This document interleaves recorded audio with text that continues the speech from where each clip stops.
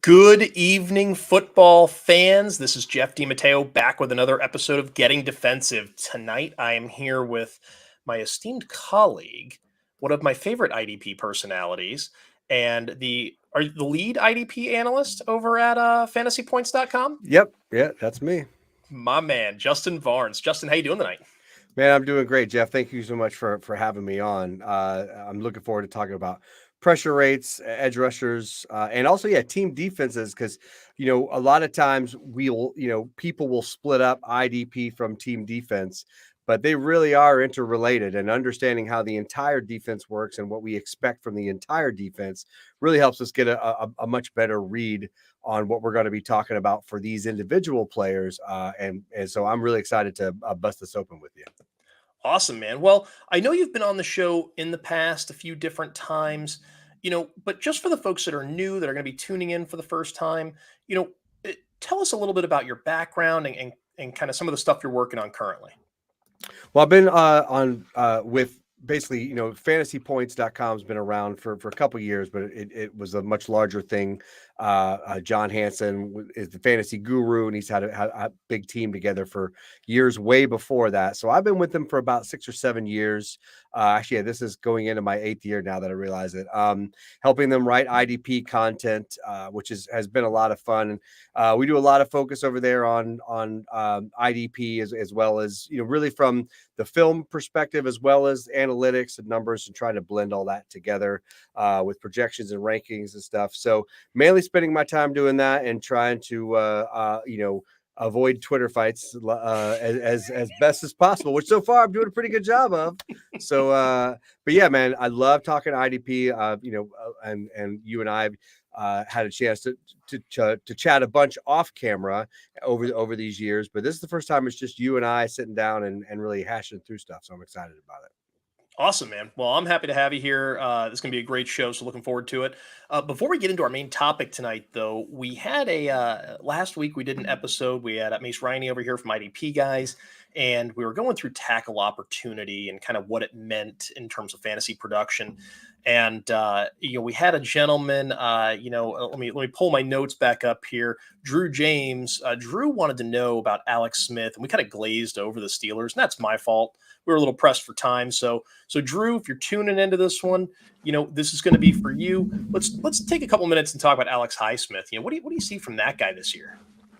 Well, first of all, he's in a great position because he's obviously going to be, on this Steelers defense and lined up across from TJ Watt. Now, obviously, they've got they're going to have so much attention paid to TJ Watt, and we saw this with Bud Dupree. Right now, it isn't just a given that if you're on the other side of a great pass rusher that you're immediately going to have this amazing season. But check out how well Bud Dupree did, across from TJ Watt. We've seen edge rushers, like Dante Fowler, have a rebirth because they started playing next to Aaron Donald. So there is enough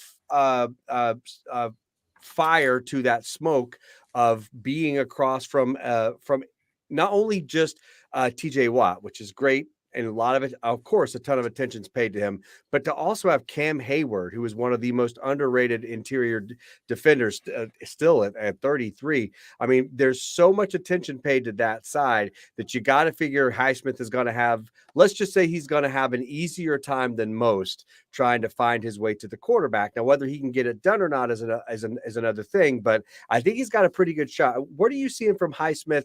What have you seen in the past, and what are you expecting this year from him? I feel like when Bud Dupree went away, we were really expecting big things from this guy. The Steelers organization really likes him a lot. Obviously, they went out and spent reasonable draft capital on him, and they expected him to kind of step right in and be that other guy. And it just seems like it's been a really slow move for him. I don't know if it's developmental, if it's something between the ears, something physical. I haven't been able to put my finger on it. When I do watch the Steelers, I see kind of just he's a good football player. I don't know if I see a guy that's special in any way.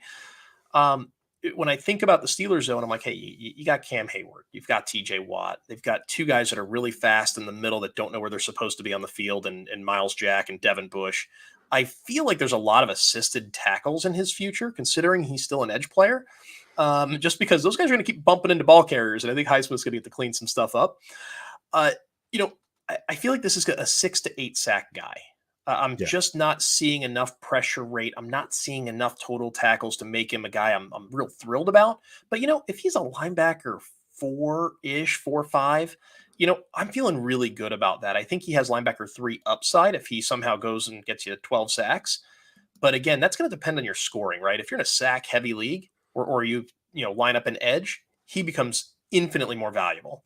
But if you're playing a balanced scoring or tackle heavy, this is a guy where, you're probably looking at linebacker 48 to 54, and he's probably somewhere in that window. Yeah, and really, I think you're making a great point about his edge designation, because to me, that's excuse me, that's where he's going to be most effective for you. He had 74 tackles last year, which is great number for an edge rusher. Now, Pittsburgh Sure. had a terrible run. I think they had the worst run defense in the league last year. So a lot of their linemen loaded up on tackles, along that line. But that's also kind of how their defense is built. So we could see, I think he has a fairly high tackle floor, which can, as you can come in handy. So if you're starting 4 or 5 linebackers, that is one of the things that I do like to do is toward the back end of my linebacker roster in a traditional league. I like taking those OLBs, those edge rushers, particularly if it's in a balanced or big play scoring league. And I think Highsmith is he's got a lot of upside to him. He had 6 sacks last year, 74 tackles. He absolutely can build on that. Remember, he's still a young player, and we've seen time and time and time again that edge rushers in particular, it takes them, they're like tight ends. It takes them 2 or 3 years to really get up on their feet and really feel like they, have the strength and the body size and the toolkit to really last snap after snap after snap across from these veteran, tackles. So Highsmith is at least on the rise, or, he's moving in that direction. He's certainly not in a position where we're like, well, we've seen everything this kid's got. Let's Right. go ahead and move on. He's just now kind of cresting into that window. So if you're going to take a shot late, I think Highsmith is a great person to take a shot on, because I do Sure. believe his best football is still in front of him, and he's across from TJ Watt. So, people offensive lines aren't going to even know he's over there. They won't be paying attention to him. Well, yeah, when you're shading your whole O line at TJ Watt, he's probably going to get some free rush here and there. Something else to consider is if you're playing on sleeper, I believe he has a DL designation. You can use him as a DL or an LB. So if you're playing on sleeper, there might be some enhanced value there, and suddenly he could be a guy where if you have to line up 3 DLs, that's a guy I'd love to have as a DL 2 or 3, because to your point, 70 something tackles for that guy. How many DLs are getting 70 something tackles?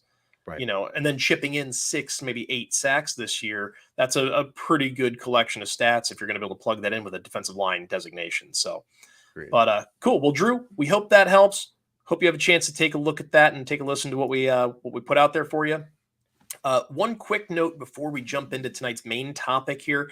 One of our colleagues here at Gridiron Ratings, Ronnie Evans, he recently put some stuff out on social media. He's trying to drive some social awareness around, some mental health issues and things that are out there. And I know there's a lot of charity events that are out there trying to help this cause out.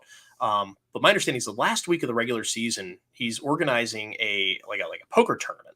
And he's calling it the fantasy table, right? Now, Justin, I know you're going to be involved with this. I guess there's some other folks from around the industry that are going to be involved too.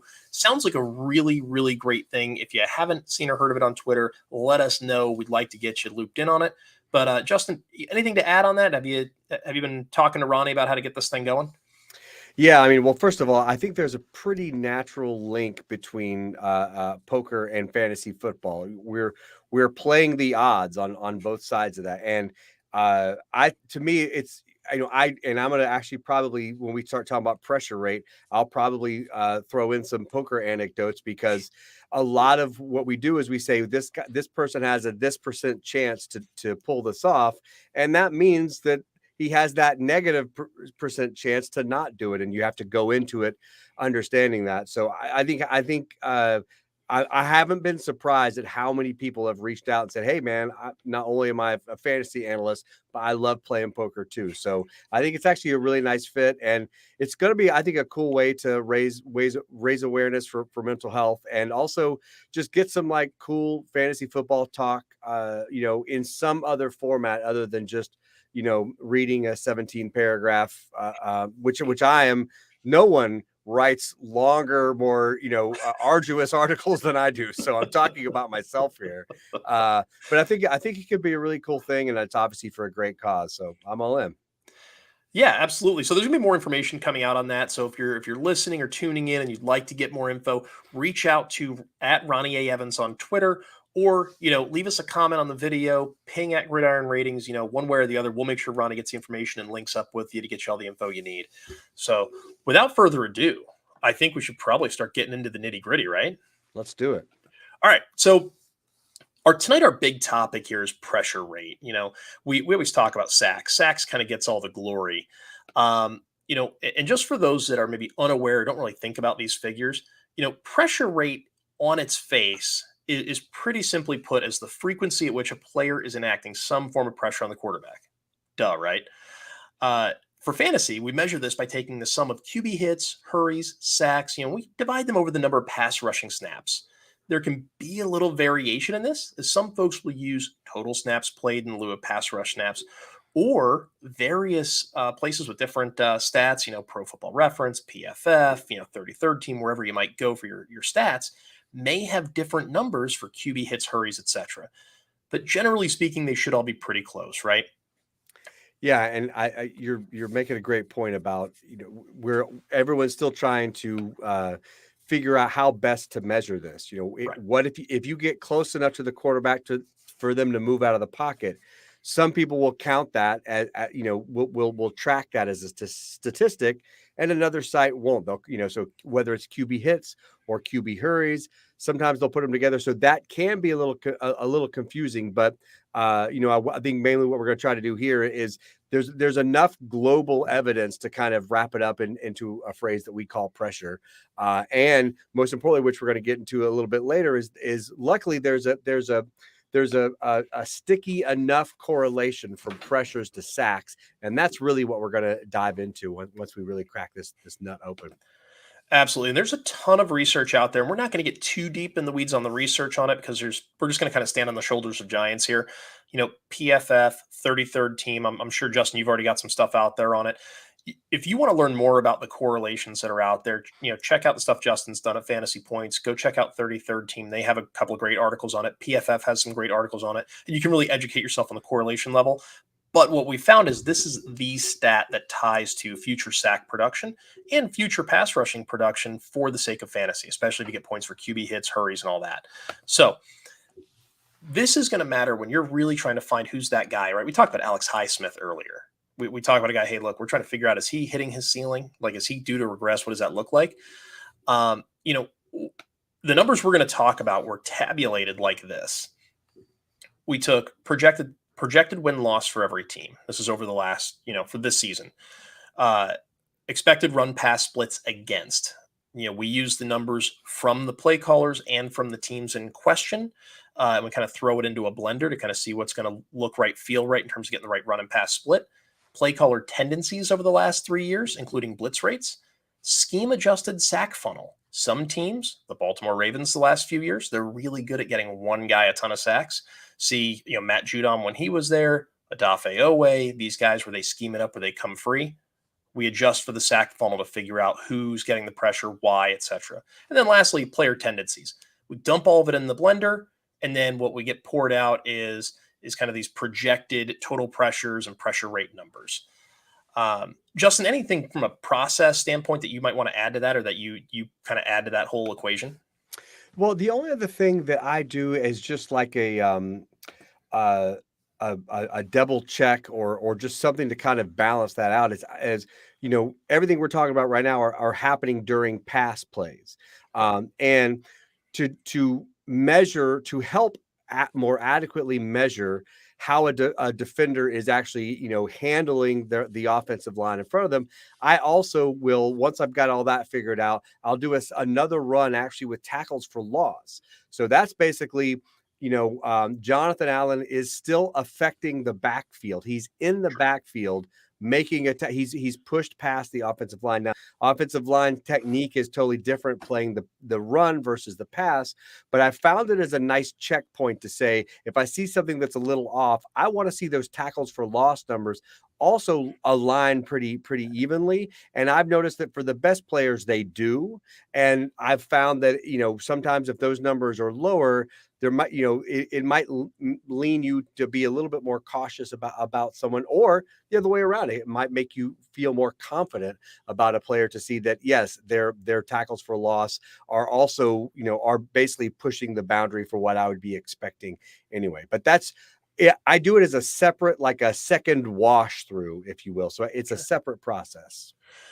Well, that's actually a great point because I do tackles for loss also, but I do it as part of the run split, whereas the other stuff gets on the pass split. And then I kind of mesh it all together at the end to kind of see what it looks like. And I try to make sure the total team numbers kind of jive with what the individual player numbers look like, right? You can't have your individual players tallying up, 700 sacks and the team's only going to get 30, right? Something doesn't give. So yeah, no, I think that's a great point. I think tackle for loss is a great, kind of additional metric as you go and you look at that. It's like, hey, is this guy able to break blocks? Is he getting in there and kind of raising hell in the backfield? Yeah, and Jonathan Allen's a great case study for that. So here's a couple quick notes, and we're going to shoot in some teams. So it sounds to me, and this is just last 3 years, right? So I don't try to go further back than 3 years because the NFL changes so radically year over year. 22 to 24% of all pressures become sacks. Okay. So when we look at that number and we think about, okay, that's a lot of, it's a pretty high percent, a quarter of all pressures turn into sacks. And we look at these 10 teams. I'm going to read them off for our listeners here. The Tampa Bay Buccaneers, 201 total pressures. Pittsburgh Steelers projected at 185 pressures. New Orleans Saints, 168. Buffalo Bills, 165. Baltimore Ravens, 158. The Chiefs, 164. Denver Broncos, 160. The Commanders, 162. The Cowboys, 163. Miami Dolphins, 161. So we think about those total pressure numbers and know about a quarter of those are going to turn into sacks. That's a lot of sacks being doled out by these teams here. Who are maybe some of the teams that you're surprised to see on this list, or maybe someone you're surprised that isn't on the list? Well, first of all, I love seeing Denver on this list. I think Denver's, pass rush was decimated last year via injury. They've obviously bolstered that up. I think Denver, their defense at least has a really good chance to kind of bounce back this year. Miami's on there, which might surprise people. And they actually have they've got a really good defensive line. Emmanuel Agba is there who can really, generate pressure and has been. But they have some other talented players on that team. And obviously they've got, they're one of these teams that likes to use, they don't use linebackers in the traditional role where you've got two of them that just sit in the middle of the defense, right? So they're doing a lot of things. They also can generate a lot of pressures from their defensive back. So this number, it might seem weird that the Dolphins are on here, but it doesn't necessarily ring that weird for me. I'm glad to see them on here. What do you think about the Dolphins? Because to me, that's the one team when I just look at this, that wouldn't have been somebody I would have off the top of my head thought would be on here, but when I thought about it a little more, I thought, yeah, I can see that. For me, like the Dolphins kind of surprised me. I saw them pop up on the list, and I was like, I had to double check my math. I was like, wait, did I mess up a formula somewhere? Is this right? Is this correct? The Dolphins as a whole look like a vastly improved football team, and I feel like their defense has always had a bunch of good players on it. But when pressed, if you said, hey, who's a pass rusher you want from Miami? I'd probably be like, Right. You brought up Agba. I like him well enough. There's not that game breaking guy that you expect to kind of see in that, top third of teams in terms of total pressures and pressure rate and expected sacks and all that. And so, I'm hoping to see some of that amoeba front this year where maybe it's not Right. one guy with 14 sacks or 15 sacks. What we start to see is, 5 guys with 8 sacks. Right. Because that would be huge, right? You get a couple D linemen, you get a couple linebackers, maybe a D tackle makes a huge play. They start moving these guys around and running all kinds of twists and stunts and things. Next thing you know, everyone's getting after the quarterback. And if we look around the AFC East, you got Josh Allen. Good luck sacking that guy. You've got Zach Wilson. He's a little hobbled now, but he's pretty athletic, right? The only guy I see them getting after with some regularity is Mac Jones. So I hope they load up on sacks against that guy. But yeah, I mean, I don't have a lot of thoughts on the Dolphins because none of those guys really get me going, I guess. Is that seems like a really flimsy take, but I don't, there's just no one on their team that makes me feel great. Yeah, I mean, they obviously they grabbed Melvin Ingram, who's an older player. He's obviously going to be just a situational pass Sure. rusher. So The dried up husk of Melvin Ingram. right. But that has been a tried and true method where you'll take these pass rushers, and if you can move them to an area where, like, look, you're going to play 10 snaps this game, so drink all the Gatorade you can and just wait for your moment, and then give us all you got, and then we'll give you the oxygen mask when old man. That has been effective, for teams. If I had to pin their success rate in terms of sacks on one player, which is a lot of pressure to put on them, but that player for me is going to be Jalen Phillips. Does he make this sophomore turn and become this this player who can really be effective for them and generate pressures? Or is he still a year or two away for that? Or maybe it's not going to happen. He's still very early on in the process. So if this goes well and Miami is generating more sacks than people expect, one of the first people I'm going to be looking at is Jalen Phillips. And if Miami's sack rate is well below what we expect, the first person I'm going to look at is Jalen Phillips. How does he really, can he lift this team up in that way? Or is he still in the development stage? Jalen Phillips is a great name. I'm actually glad you brought him up because, it's funny. Like, he just kind of slipped through the cracks for me. Like, I'm like, just off the top of my head, he wasn't even somebody I really thought about. But this Dolphins team, that offense is poised to put up some points, right? Yeah. And if they're going to go out there and run points up on people, guess what? It creates pass rush opportunities. And these guys, Jalen Phillips, instead of playing behind the sticks and seeing the run game late in games, same thing with Agba, maybe these guys get a chance to really pin their ears back, and maybe both those guys end up being something. Yeah, I could see it. But it's certainly the one that teeters on this list. You see the Bucks and the Steelers and whatnot. You're like, yes, all that makes sense. But the Dolphins are definitely the one that makes you cock your head a little bit. So there are more variables here, but I'm not going to be surprised when they get to that maybe 40 sack range this year, which would be nice for them to see. Well, based on a 23% win rate, so I took the 22 to 24%, I just cut the difference at 23. Assuming they win at 23% of their pressures, that means they're going to get about 37 sacks as a team. If you were going to Vegas right now, would you be taking the over or the under on 37.5? Oh man, that's a tough one. Sorry, I didn't mean to put you on the spot with that one. I wasn't planning on that question. I just kind of came to me. I'd actually probably take the under. Oof. Sorry, Jalen Phillips. Yeah. He's looking at you, man. I know. Timestamp this, please. Timestamp this and send this to Jalen Phillips. So when he has a 13 sack season and they have 43 sacks, he can run to Vegas on me. he's gonna quote tweet us is what's gonna happen. That's cool. So, all right. So we've got some of these elite teams, right? We know Tampa Bay is gonna be pretty good. We know Shaq Barrett's pretty good, right? He's gonna go get some sacks and do what he does. Devin White, when he gets his opportunity to be that free rusher, he can get after the quarterback a little bit too. He has some next level speed. How do you feel about Joe Tryon? Is it Joe Shoyinka? Shoyinka, thank you. Joe Tryon Shoyinka, yeah. Thank you. Some names I really struggle with, and I tried to read it pre-show, just couldn't get there. Yeah, well, it doesn't roll off the tongue easily for our American tongues, that's for sure. That's not one that we're super comfortable with, but I mean, literally, I know it happens on the offensive side of the ball, but I think it happens more on the defensive side of the ball. The number of times I've had to go through and just like, all right, how do I say these people's names? Because there's so many, they don't get talked about and this is always the case with IDP, right?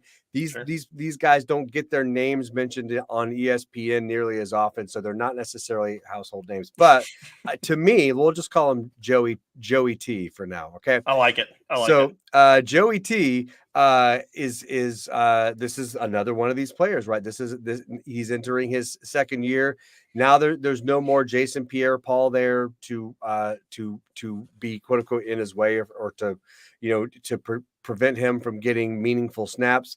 He had an up and down season last year, which is pretty normal for these younger pass rushers. Really, I think he's got a better situation than Jalen Phillips in a lot of ways. Number one, he's just going to be on a team that has a across the board a more complete and not only a more complete defensive line, but this next part's important. The Dolphins, particularly in the middle, they are focused on stopping the run, whereas on the outside, they're coming for the quarterback. You're going to see Christian Wilkins and Raekwon Davis and stuff rack up tackle numbers, but not sack numbers.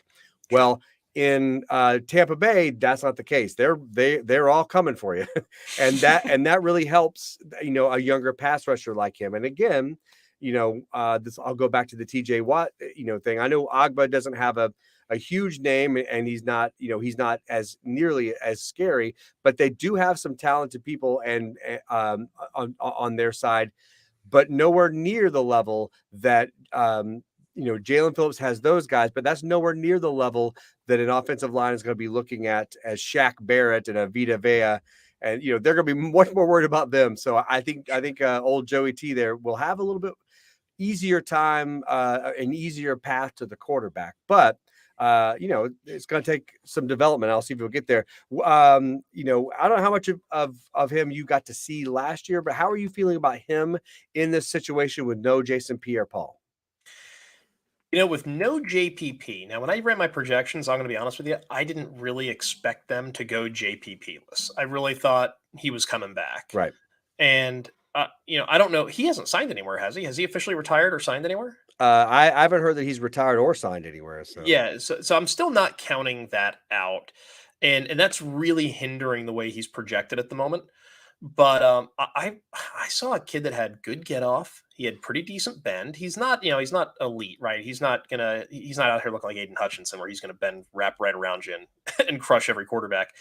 But I see a guy that he has the athletic traits, and I think if given the opportunity, his ceiling is probably a 10, 11 sack guy.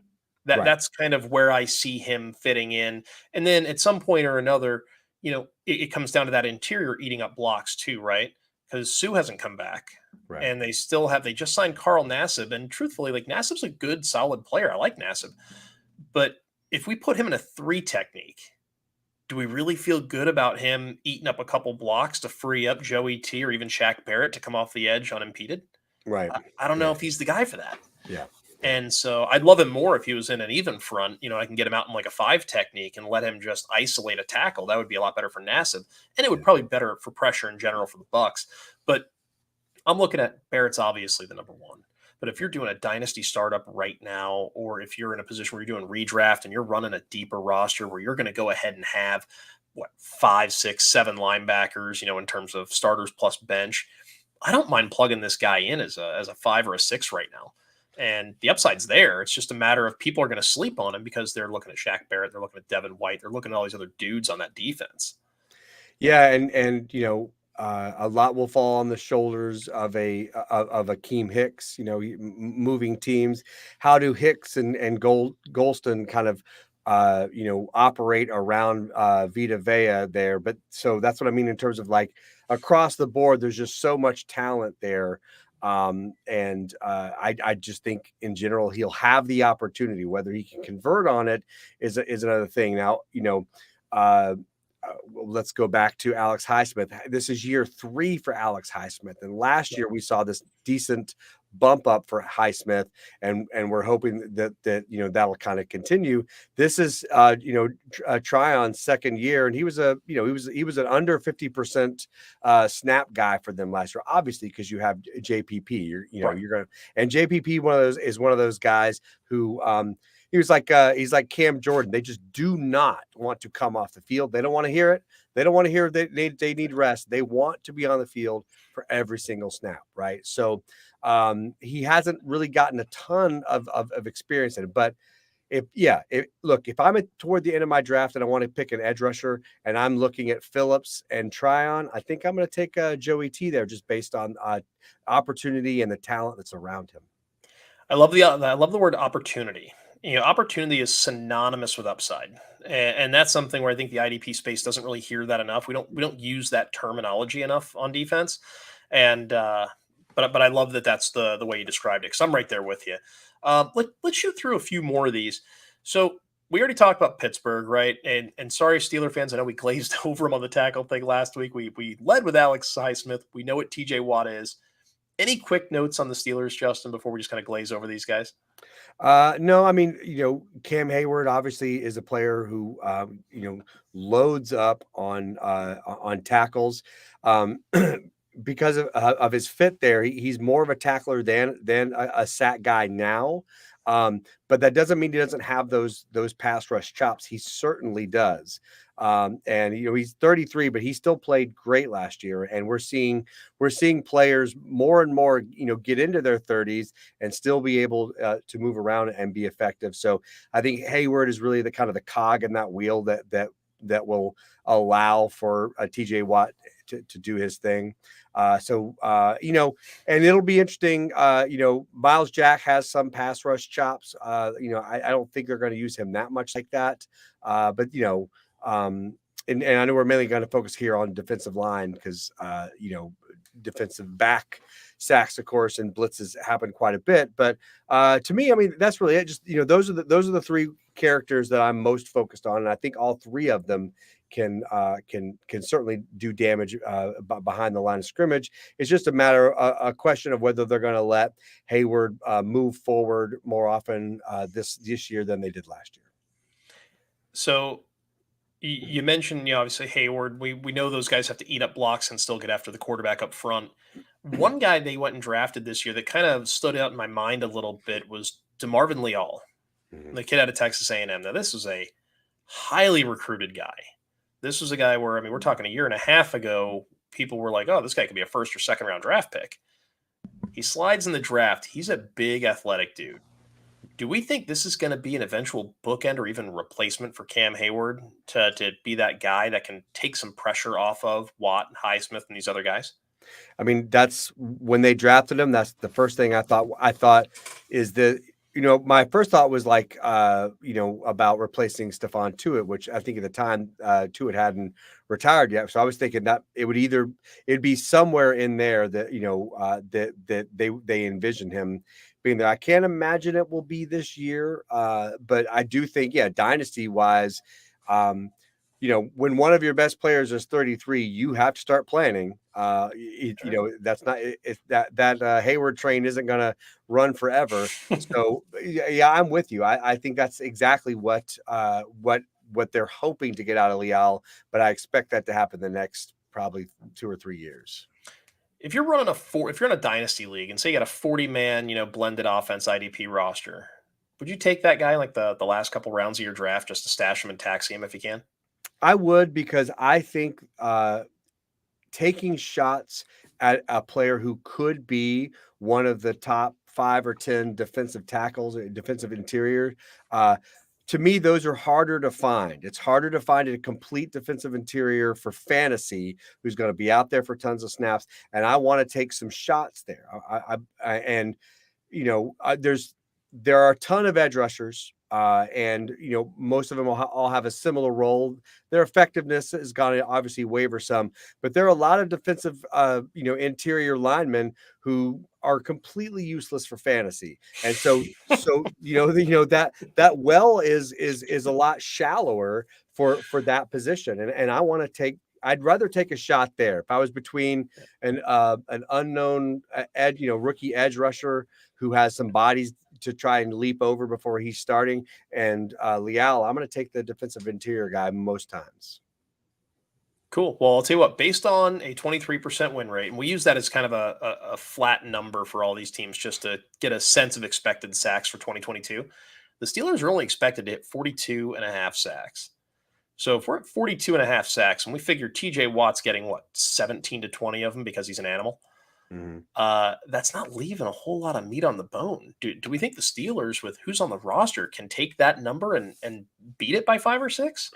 I think of the numbers that we've got here, I think they have the best chance of doing that, and that'll come from a combination of Highsmith's development, and if they let Hayward eat a little more this year, and they've got they'll be using Larry Ogunjobi as like a rotational player there too, and obviously he's got some of those chops as well, not on the same level as Watt or Hayward, but it wouldn't surprise me if they get 48, 49 sacks, or maybe even cross back into that 50 threshold. They'll need a little bit of luck to do that, but I could absolutely see them outperforming this projection.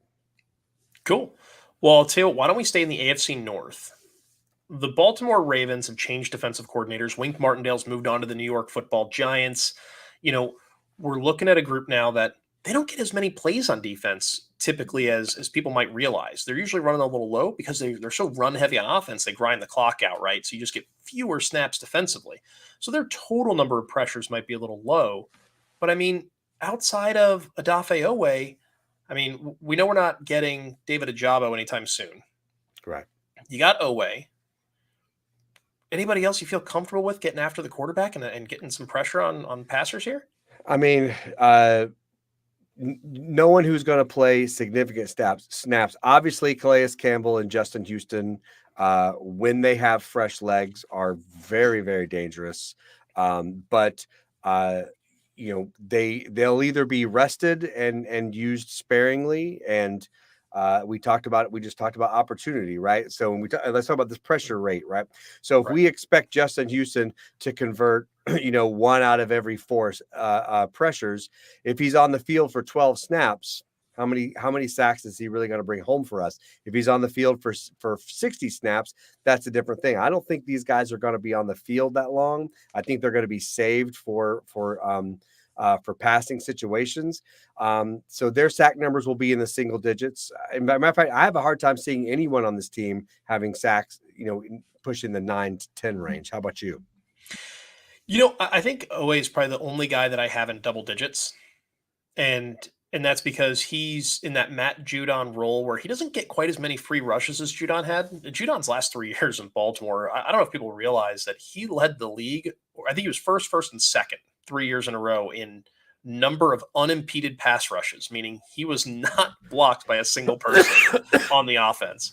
And so when I look at that, I'm like, how do they get that with Odafe Owe, who's a sub 4.4 guy coming off the edge? Yeah, that's a double-digit guy, in my opinion. I love that. I love it in his profile. I love the speed. Every time I see that guy take off the edge, I'm reminded of Javon Curse. I'm old enough to remember watching Javon Curse. Freak. Yeah, man. And he was great at Florida. He was great in at Tennessee. Phenomenal. But I've never seen a player off the ball like him at that point in time. And now I see Odafe Owe and I see the way he gets off the ball, and even Kayvon Thibodeau to a lesser degree get off the ball like that, where that first step is just like a bolt of lightning. Yeah. That's my 10 sack guy, but I'm going to get a little sneaky here. I think the change at defensive coordinator is going to lead to a few more defensive back blitzes. Mm-hmm. I think what we're going to start to notice here is they're going to try to figure out how to leverage some of the speed they have. Guys like Patrick Queen is fast. Right. He's not a great tackler. 200 tackles in 2 years is nothing to sneeze at, but you'd expect more on a guy that you're taking as high as you are in your IDP drafts. Right. But I think we're going to see Hamilton get a few sacks. I wouldn't be shocked if we have seen Queen get moved around a little bit and they start to let him get after the passer a little bit. Because to your point, Calais Campbell, aging player. Justin Houston, aging player. Wolf up and retired. That front is in flux in a lot of ways. They have to find new ways to get creative and get after the quarterback. And, when I think about the Ravens, I'm like, okay, well, you don't have a ton of defensive snaps, but you're still projected to be, somewhere around 15 to 16% overall pressure rate. And to be in a spot where, you're expected to get 36 to 40 sacks in a year. Well, if Owe gets you 10, and that might be aggressive, I think it's pretty close. Where are these other, 30 or so going to come from? Right. Yeah. And that's, to me, it's like, unless they're getting creative, I don't see where it's going to come from. And I'm just going by what the machine kicks out, right? I punch in all the numbers and it goes beep, beep, beep, beep, beep, beep, beep, beep, beep, beep, beep, beep, and then it gives me a little ticker tape and I see what the numbers say. And, Well, but yeah, that's where I'm at, I think, with the Ravens. Well, yeah, I think some that's what I'm saying with some of these veteran pass rushers. I think Houston and Campbell will get 4 to 6 each, let's say, because they'll be used a little bit more sparingly, but they can certainly get theirs when they're up for it, right? So that could be 10 to 12 right there. And I love what you said about Patrick Queen. He gets a lot of grief for being spun around, and they're still trying to figure out how to use him best. Well, like I said, his weaknesses get highlighted, but one of his strengths is absolutely rushing the passer. So yeah, I wouldn't be surprised if he's going to end up with 6 or 7 sacks from the linebacking position. And so this is one of the things where we start to mesh IDP with team defense. Is some of these teams are going to be, as you're talking about, kind of funneling sacks to players where you'll have 2 or 3 like heavy sack guys, and then everyone else is lucky to get, 1 to 3 sacks a piece. And then you have teams like the Ravens who are likely across the board everyone's gonna have a handful of sacks, and they're gonna spread that out, which is great for the defense, is great for team defense. But if you can see that on paper, then it's hard to really trust any of these players to be a major factor in the big play arena, singularly, except for Owe, which I agree. Yeah, I was saying I had a hard time figuring out who would be that double-digit sack guy, but if it's anyone, I totally agree it'll be Owe.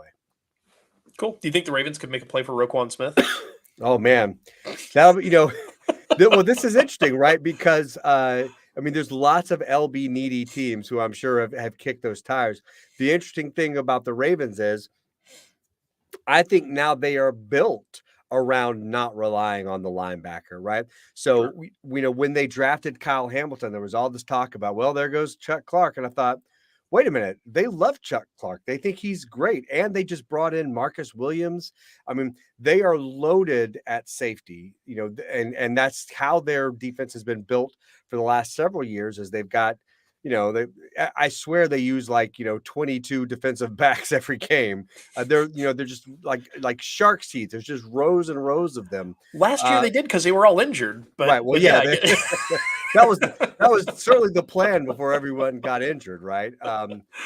So yeah, I think it would be awesome. I think I got to be honest, I think it would be terrible for IDP, because the Ravens in general, in their scheme, they don't, I think any linebacker would have a hard time putting up one of those 140, 160 tackle,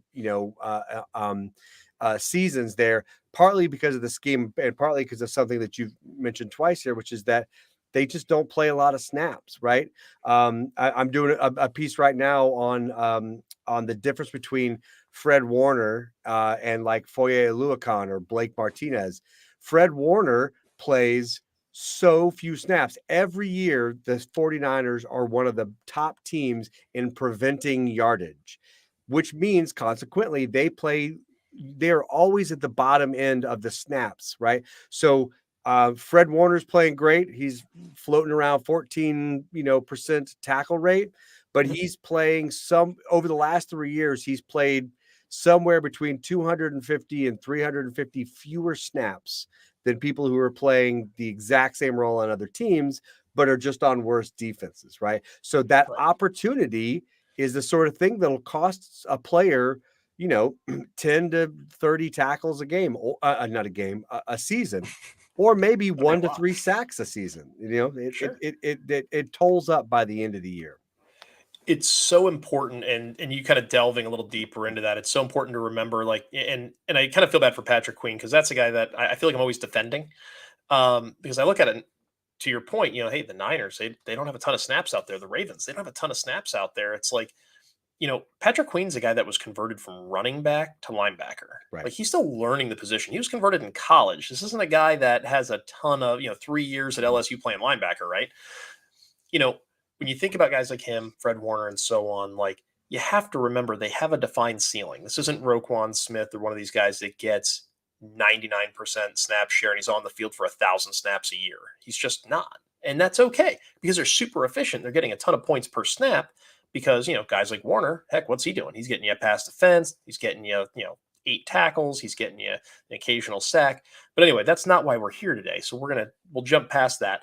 But I think the Ravens, going back to where we're supposed to be, yeah, Kyle Hamilton can do some things. I fully expect some combination of him and Chuck Clark to be in the box next to Queen, with the other one playing the actual strong safety role. So we'll have Clark, Hamilton, Marcus Williams all on the field at the same time, and now they can cover any combination of people downfield. And when Owe's screaming off the edge, maybe we get some errant throws. Now we're talking about turnovers and takeaways. Baltimore's going to be a fun defense to watch. If you're playing in a league that has a DST, that's what I'm probably pretty excited about. I don't care that I'm playing the Bengals twice. I'm hoping to play the Browns twice with no Deshaun Watson. And the Steelers are rebuilding a quarterback. That seems like 6 pretty nice little matchups. The Bengals might be a little tough, but I digress. I'll tell you, we're going a little long here. We're getting a little thin on time. Why don't we do 1 or 2 more and then we'll call it a night? Sounds good. So I think one that a lot of folks are really thinking about going into drafts here is the Washington Commanders. You've got Chase Young coming off the injury. It doesn't sound like he's going to be ready until week 3 or 4, maybe even a little later. But you've got Jonathan Allen, who you mentioned earlier, in terms of his tackle for loss acumen and some of that. You've got Montez Sweat. There's all these dudes there. And this is one of our top 10 teams in overall pressure rate. Where are these sacks going to come from? Yeah, I mean, I think a lot of them are expected to come from that, from the law offices of Sweat and Young. So a lot of it has to do with whether or not Young, kind of comes back in full form. An interesting news item for me last year when the Commanders got off their defensive line, their defense got off to a really bad start. Chase Young was not producing like we were expecting him to. I had a chance to talk to NFL Films analyst Greg Cosell about what's going on there, and Greg was saying that line is completely out of sync. Like they are not playing as a unit. It's like all of them are going rogue and they're not working together and overshooting lanes and all this sort of stuff. And he was basically saying like, it's not Young's talent. He's not running into things that he can't handle. He's over pursuing, or he's not really, a lot of things like that that have to do with football technique and football cohesiveness across the line.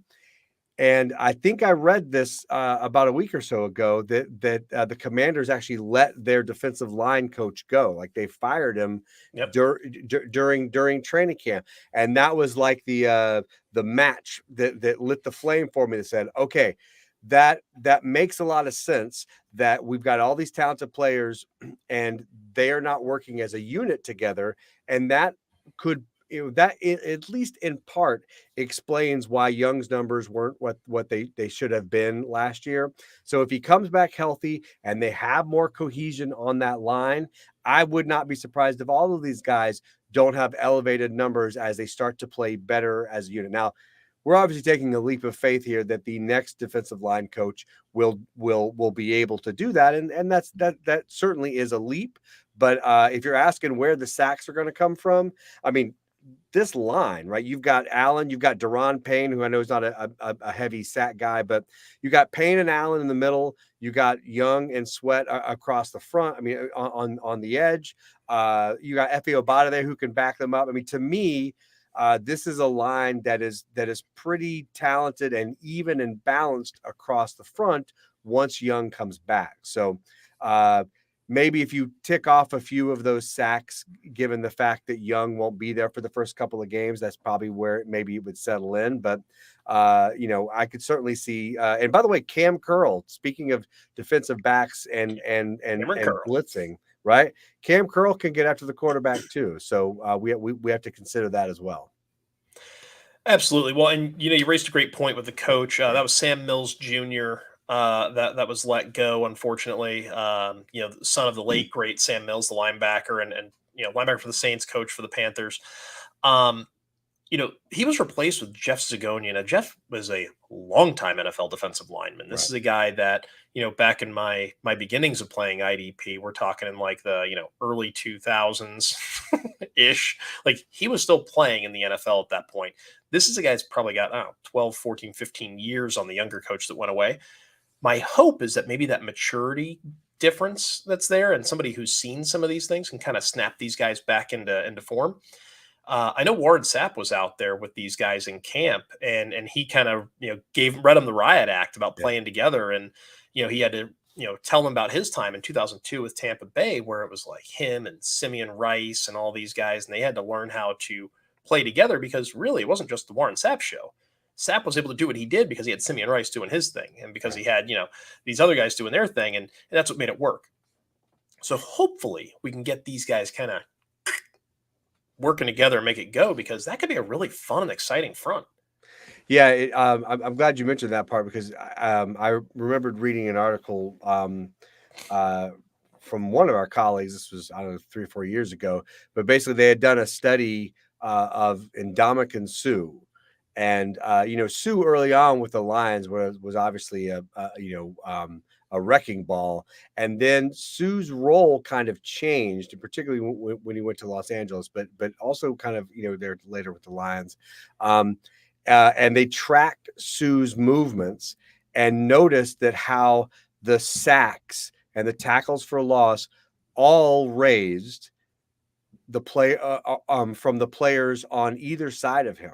Right. So Aaron Donald, who's an amazing player, obviously, clearly his best statistical year was when Ndamukong Suh was playing next to him. And so you've got a guy in Ndamukong Suh who basically works together with his linemen so that they get after the quarterback because he's grabbing three offensive linemen by the scruff of their necks and like just manhandle them while everybody else gets to the quarterback.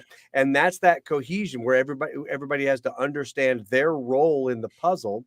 And if you can get that line to work at that, and that's why I mentioned Daron Payne.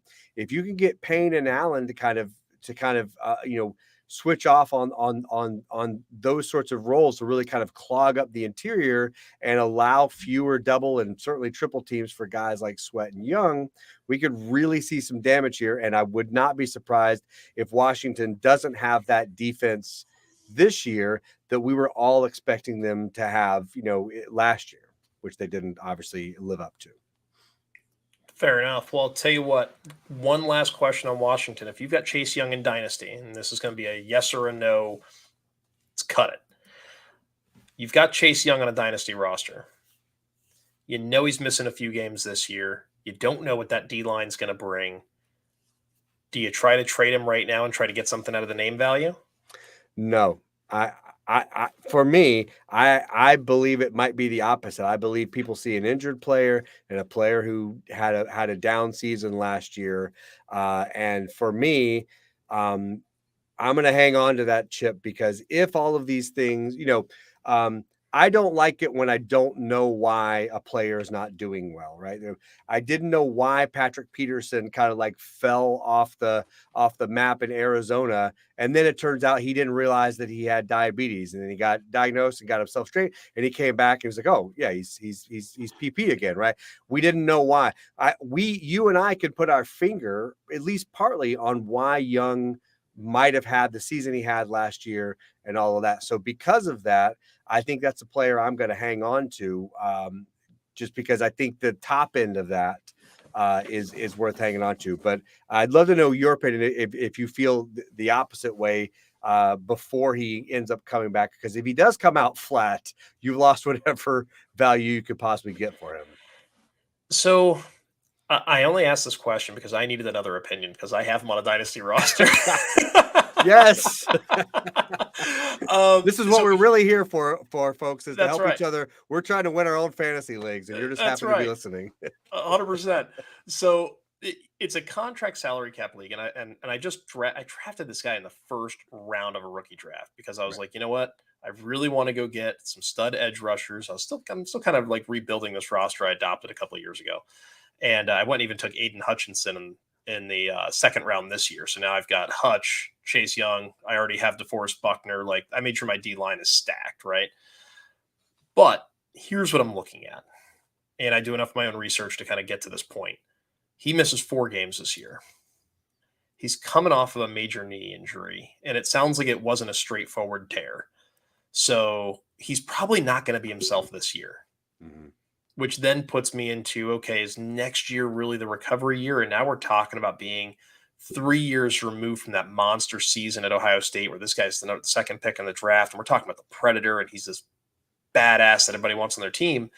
It's like, I feel like we've seen it a million times where these guys get that kind of hype and that pub, and then something derails them, and they just never seem to get it back. Oh yeah. And that's kind of where I was like, well, do I sell the brand name?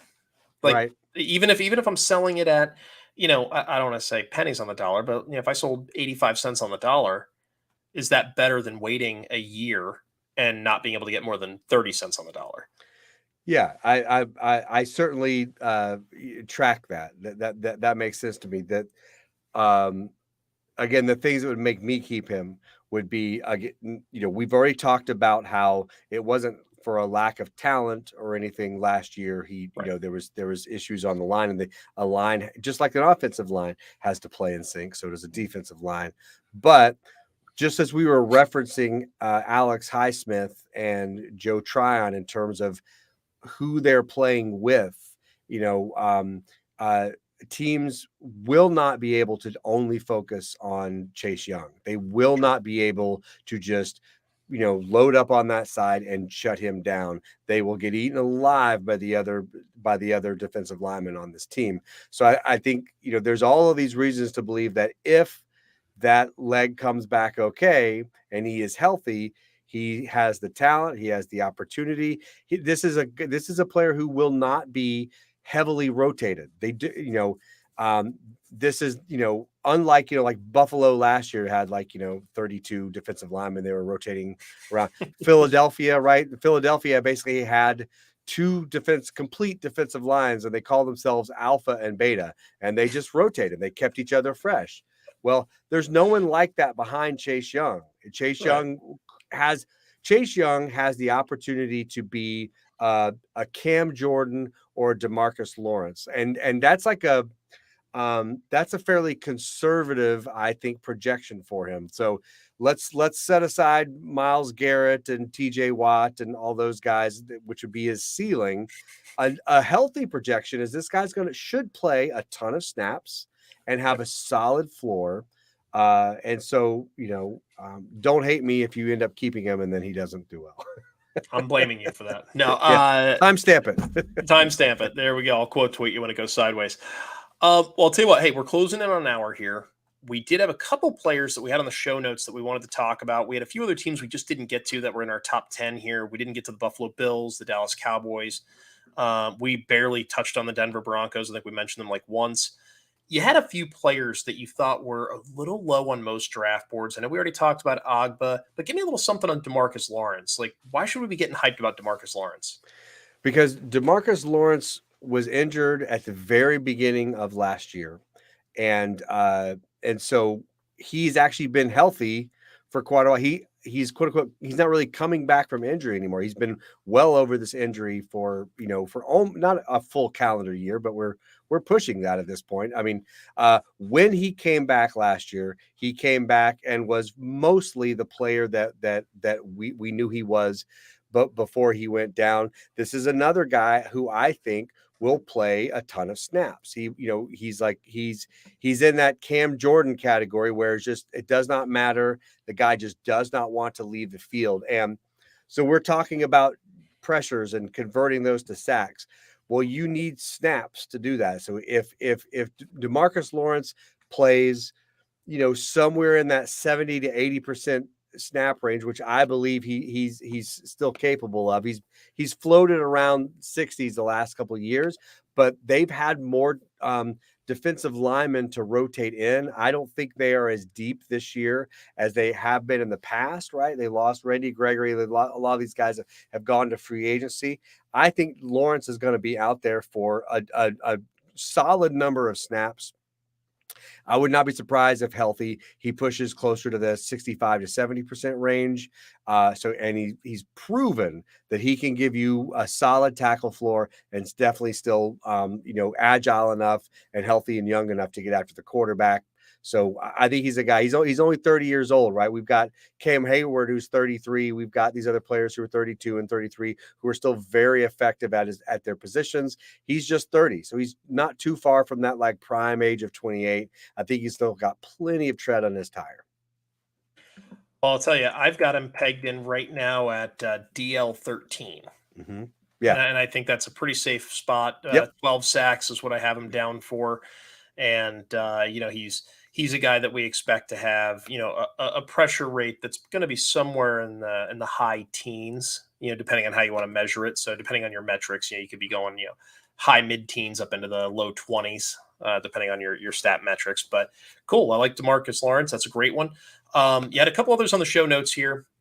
A guy that you said could end up being a high priority waiver ad, Baron Browning. Now, I've been hot and cold on this guy, so sell me. What's going on with Baron Browning? Well, first of all, he has traffic in front of him. Let's be very clear about this, and which is why I said he's the kind of guy. It's really less about how well he's doing and more about the fact that the two main edge rushers here in Denver, Bradley Chubb and Randy Gregory, they both collectively have a pretty long history of not being able to stay on the football field. So to just assume that these guys are going to make it through all 17 games, it's a little bit of a leap. They've had both of them for various reasons have had their issues there. So they have moved.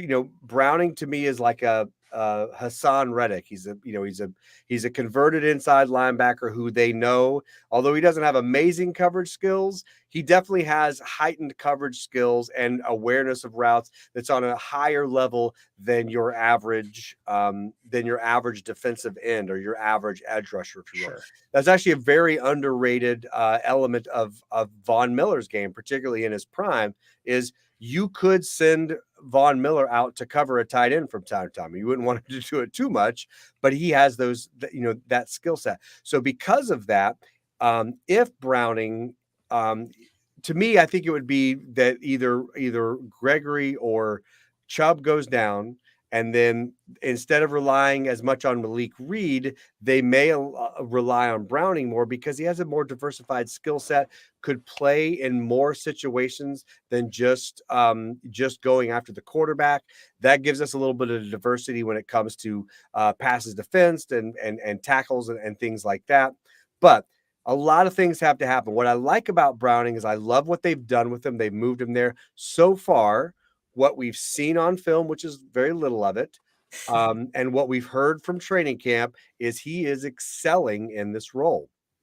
And so, excuse me, if he has the potential to be the next Hassan Reddick. And so we want to watch for that carefully. If you see Randy Gregory go down, you see Bradley Chubb go down, start looking carefully at Browning.